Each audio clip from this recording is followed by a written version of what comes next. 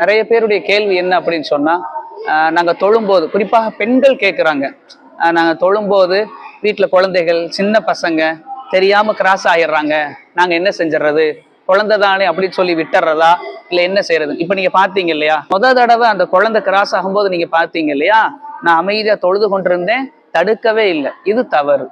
குழந்தையாகவே இருந்தாலும் சின்ன பசங்களாக இருந்தா கூட முடிஞ்ச அளவுக்கு நாம தடுக்கணும். தடுத்ததையும் மீறி கையை தள்ளிக்கிட்டு குழந்தை கிராஸ் ஆகுச்சு. இப்ப ஷரியத்துல என்ன சொல்லப்படுதுன்னா, சின்ன பசங்களாக இருந்தால் கண்டுக்காம விட்டுறலாமா, பெரியவங்க இருந்தா கையை வச்சு தடுக்கலாம்.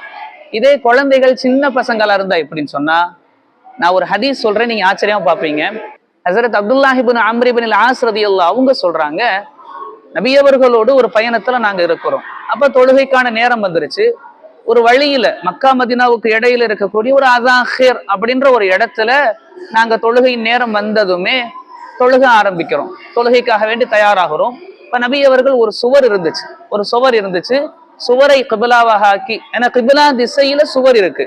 இப்ப அந்த சுவரை முன்னோக்கி அதையே ஒரு தடுப்பாக வச்சு நபி அவர்கள் தொழுகை நடத்துறாங்க. அந்த சமயத்துல ஹதீஸ்ல வருது, ஒரு ஆட்டுக்குட்டி கிராஸ் ஆக பாக்குது நபிய. நபி தொழுது கொண்டிருக்கிறாங்க, தொழுகை நடத்தி கொண்டிருக்கிறாங்க, பின்னால சஹாபாக்கள் தொழுகிறாங்க. அந்த சமயத்துல ஒரு ஆட்டுக்குட்டி கிராஸ் ஆகுது. நபி அவர்கள் ஆட்டுக்குட்டி தடுக்கிறாங்க.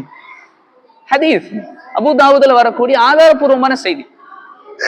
தடுக்கிறாங்க. அந்த ஆட்டுக்குட்டி திரும்பவும் கிராஸ் ஆக பாக்குது. நபி அவர்கள் விடவே இல்லையே, தடுத்து கொண்டே இருந்தாங்க. பிறகு அது அந்த ஆட்டுக்குட்டி பின்னால கடந்து போனதாக, அதாவது பின்பக்கமாக கடந்து போயிடுச்சு.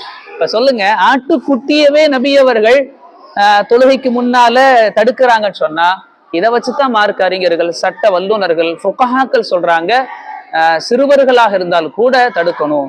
குறிப்பாக இந்த பெண்கள் வீடுகள்ல தொழும்போது நீங்க என்ன செய்யுங்கன்னா, தாராளமா, இப்ப நிறைய பேர் கேட்குறீங்க, தடுப்பாக நாங்க என்ன வச்சுக்கிறது, எது வச்சுக்கிறது? இப்ப பாருங்களேன், நம்ம வீட்டுல இருக்கக்கூடிய இந்த சேரு, இந்த டேபிள், இந்த மாதிரி தடுப்பு, நம்ம இந்த மாதிரி கூடை அல்லது தலையணை, 2-3 தலையணை அடுக்கி வச்சு தடுப்பாக நம்ம எந்த பொருளை வேண்டுமானாலும் பயன்படுத்திக்கலாம்.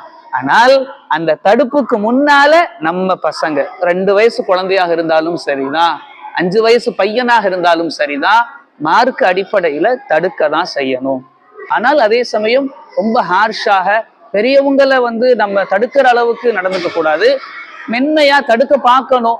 அந்த குழந்தை சின்ன பையன் அதையும் மீறி போறான் அப்படின்னு சொன்னா நம்ம அதை விட்டுறணுமே தவிர, பசங்கள்கிட்ட இதை காரணம் காட்டி ரொம்ப